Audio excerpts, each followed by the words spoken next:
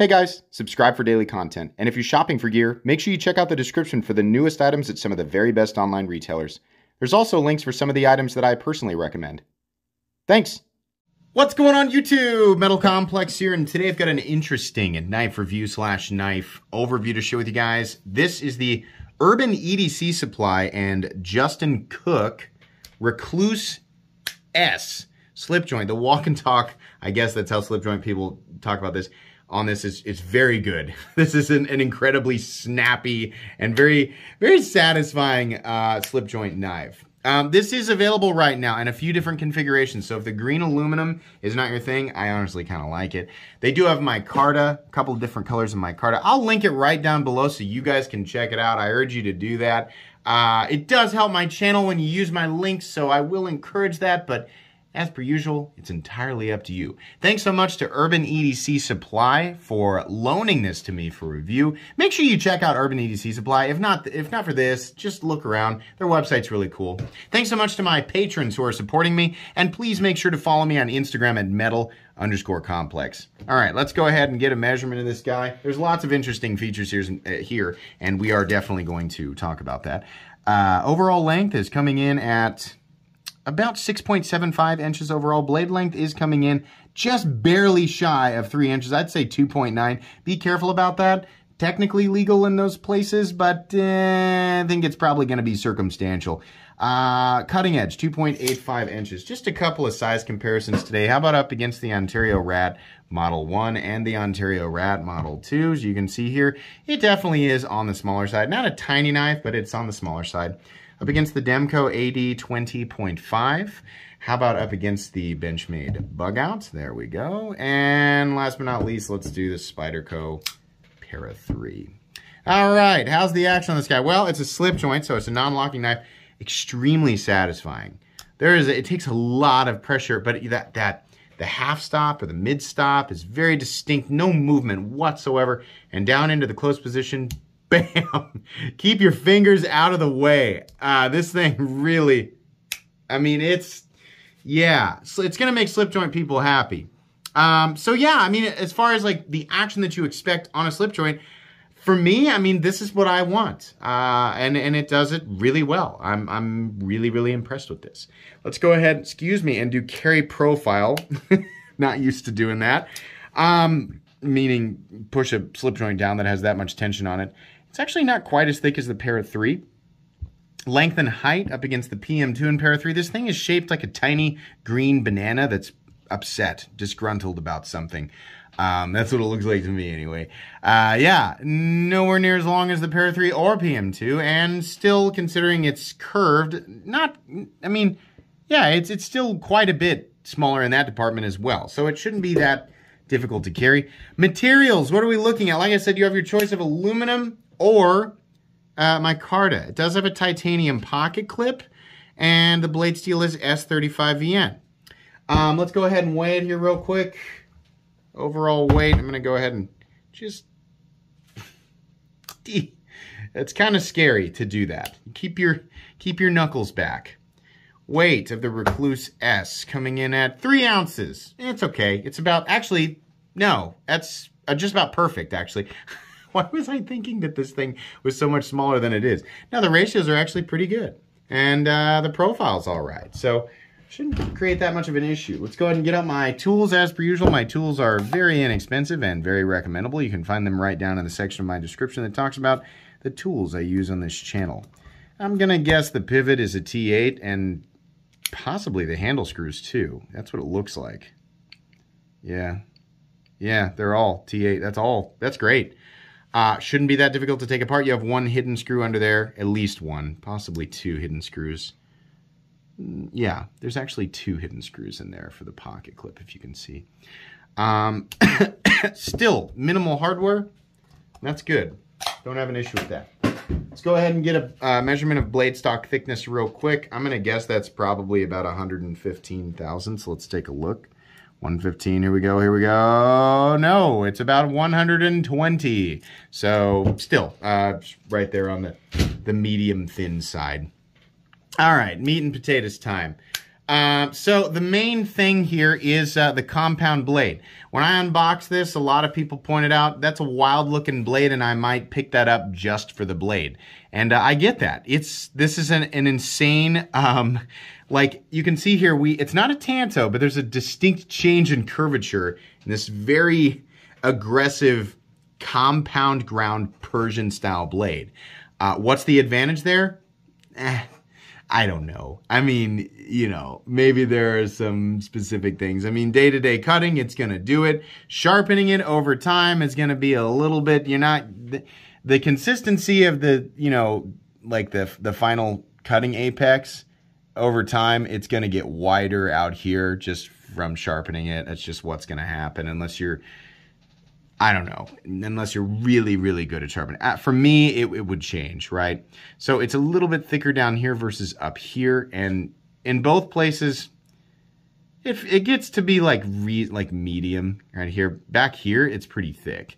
It'll cut, it'll slice, it'll poke. You know, the edge is sharpened well. It's definitely sharp. It's not going to be a laser beam. But it's interesting. It looks interesting. They went with a bead blast finish. And in this, you know, I don't know what it is. I think it's the green aluminum and the crazy compound Persian blade that I'm kind of like, yeah, that is kind of weird. And like a, you know, it's cool. I'm just going to go ahead and say it. I think the knife is kind of ugly, but I kind of like it too. I kind of like how it looks because it's ugly, right? It's just kind of crazy. It's very comfortable in the hand. I have no idea why there is jimping up here. No idea. It makes no sense. Because if you bear down on it, there's nothing locking it. There doesn't need to be jimping here. That doesn't make any sense, right? You could say, oh, well, when you're cutting, if you apply less force from the back versus the force from the cut, then you can make use of this. I don't want to have to calculate that while I'm cutting. I just want to cut with it. I don't want to cut my finger. The only thing I want to cut is the thing I'm cutting. So it doesn't make sense that there is jimping right there. It would only make sense if this blade locked out. The blade is done really well. Everything is symmetrical, right? The machining, it's all great. This knife is made in China. It says on the website, designed in the USA, made in China, as many things are. But I'm glad that they're transparent about where it is manufactured, so that's good.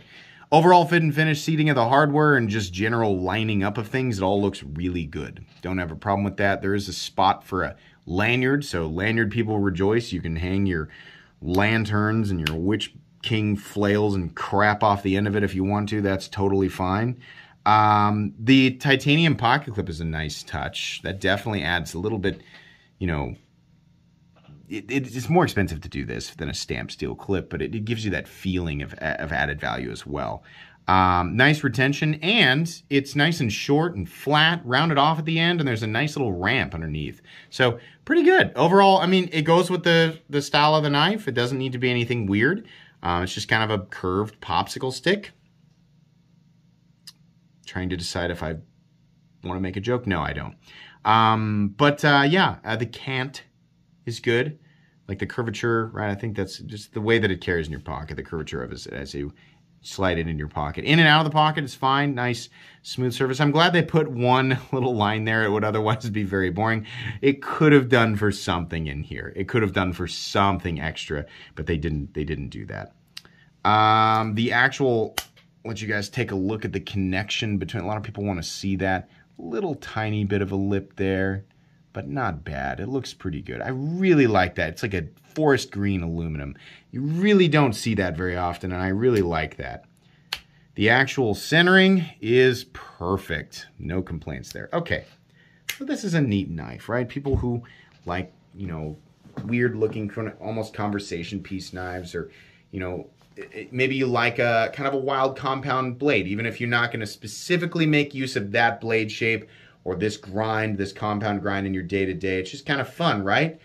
Everything here is fun. It's playful. It's cool. There's not anything. I mean, it's utilitarian enough, but it's not like going, you know, full-on bug-out utilitarian. And it's not going full-on, you know, bat-wing rainbow karambit tactical, right? It's not doing anything like that. Here's the problem I have with it. The price. I think the price is absolutely ridiculous. What does this come in at? I think it comes in at $240 to $250. What? Okay, we can, the Ritter Hogue, which is made in the USA. This is M390 or 20CV, and very well sculpted and textured G10. Overall fit and finish, just fantastic, right? This guy had a price bump here recently, and now comes in at what, $185? The freaking carbon fiber and Magna Cut version of the Ritter Hogue comes in at $209. What? Where is the extra? I mean, truthfully, when I look at this, I think that'd be kind of neat at about 140. You know, maybe. I'm pretty sure Concept and Kaiser do stuff like this all the time for that. Now, to be fair, this is a much smaller batch. Whoever's doing this does not have the same manufacturing capacity, right? So I know that some people like just don't want to have to consider that, but we do. We do. If this is a designer that's working with an OEM, right, and they're like, well, I want to do a reasonable batch, they probably don't have like a crap load of money they can just throw down and be like, yeah, make a massive amount of these because I'm so confident that this brand new thing is going to sell, right? The Ritter Hogue is being manufactured at a much higher quantity. Same with a lot of those Concepts and Kaisers, same thing, right? They can afford to take that risk and make a bunch of them or whatever. Or maybe they don't make a bunch of them, but they're selling so many other knives that they can afford to keep that price down.